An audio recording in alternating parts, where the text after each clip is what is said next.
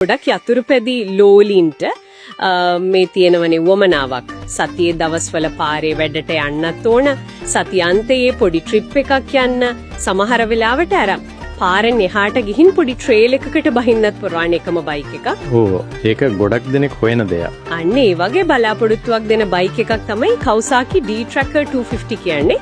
සමහර තැන්වල කියවෙනවා මේක ට්‍රේල් එකේ රජ්ජුරුවෙක් කියලා. බලමු ඉතින් අපි මේ හොයාගත්ත තොරතුරු අනුව D-Tracker 250 එක ඇත්තටම ওই කියන දෙවිදි භාවිතාවම කොයිතරම් සාර්ථකව කරනවද කියලා. ඇත්තටම මේක තමයි ඩුවල් ස්පෝර්ට් බයික් එකක තියෙන අමාරුම දේ වගේ. අර පාරේ පහසුවයි ඔෆ් රෝඩ් හැකියාවයි බැලන්ස් කරන එක. හරියටම හරි. අපි බලමු මේ සෝස් වල මේ D-Tracker එකේ ටෙක්නිකල් පැත්ත ගැන මොනවද කියන්නේ. මේ බැලන්ස් එක කොහොමද හදලා තියෙන්නේ කියලා. එන්ජින් මෙන් පටන් ගමු එහෙනම්. 249 cc 4 stroke තනි සිලින්ඩර් එන්ජින් එකක් නේද? විශේෂයෙන් DOHC. නූලාශ්‍රවල නම් කියන්නේ මේකෙන් ස්මූත් ඇක්සලරේෂන් එකක්. ඒ කියන්නේ සුමට ත්වරණයක් වගේම අශ්ව බල 24ක් වගේ 24 PS සහ නිව්ටන් මීටර් 21ක විතර ටෝක් එකක් ලැබෙනවා කියලා. ඒ කියන්නේ නිකන් බලයක් නෙවෙයි හොඳ පිකප් එකකුත් තියෙන පාටයි. අන්නේ DOHC එකලේ ඩබල් ඕවර්හෙඩ් කැම්ෂාෆ්ට් එකේ වාසිය තමයි උතන තියෙන්නේ. එකක් තමයි ට්‍රේල් එකකදී වුණත් උඩ RPM වලදී එන්ජින් එක එෆිෂන්ට් විදිහට වැඩ කරනවා. හරි. අනික් අතට පාරේ යද්දී එන්ජින් එකට ලොකු වෙහෙසක් නැතුව බාලය දෙන්න පුළුවන්.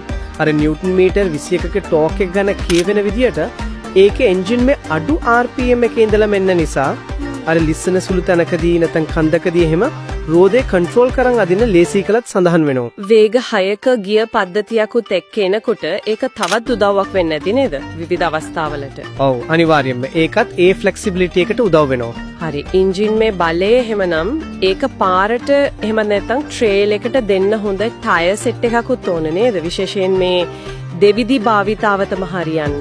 හරියටම හරි. නැත්තම් වැඩක් නැහෙනි. මූලාශ්‍රවල මොනවද ටයර් ගැන කියන්නේ? සෝෂල් තියෙන විදිහට ඉස්සරහා 81 21 පස්සේ 120 18 අර ඉස්සරහා අඟල් 21 ලොකු රෝද.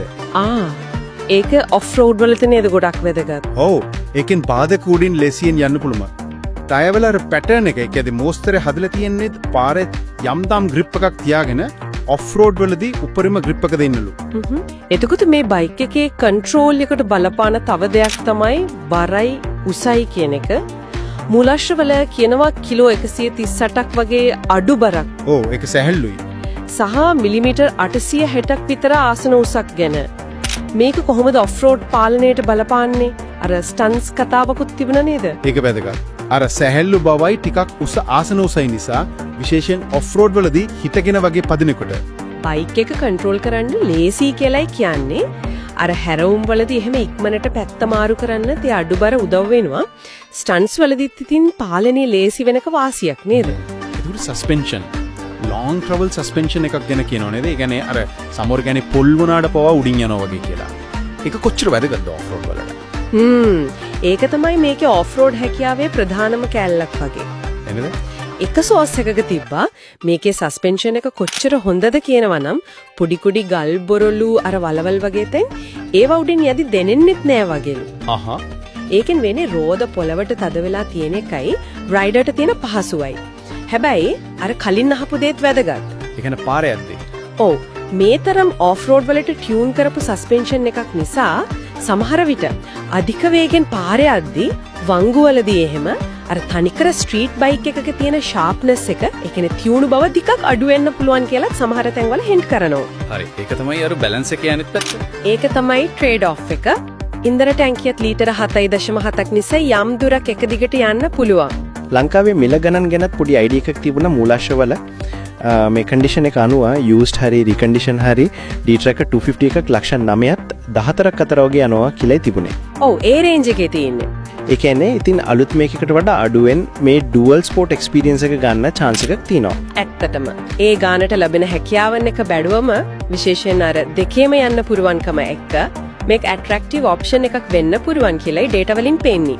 එහෙනම් අපි මේ කතා කරපු දේවල් එක බලද්දී Kawasaki D-Tracker 250 කියන්නේ පාරෙත් හොඳයි ට්‍රේල් එකෙත් ෆන් එකේ යන්න පුළුවන් සැහැල්ලුයි කන්ට්‍රෝල් කරන්න ලේසි යම්තාක් දුරකට අෆෝඩබල් ගානකට ගන්නත් පුළුවන් ඩුවල් ස්පෝර්ට් බයික් එකක් විදිහට හඳුන්වන්න පුළුවන්.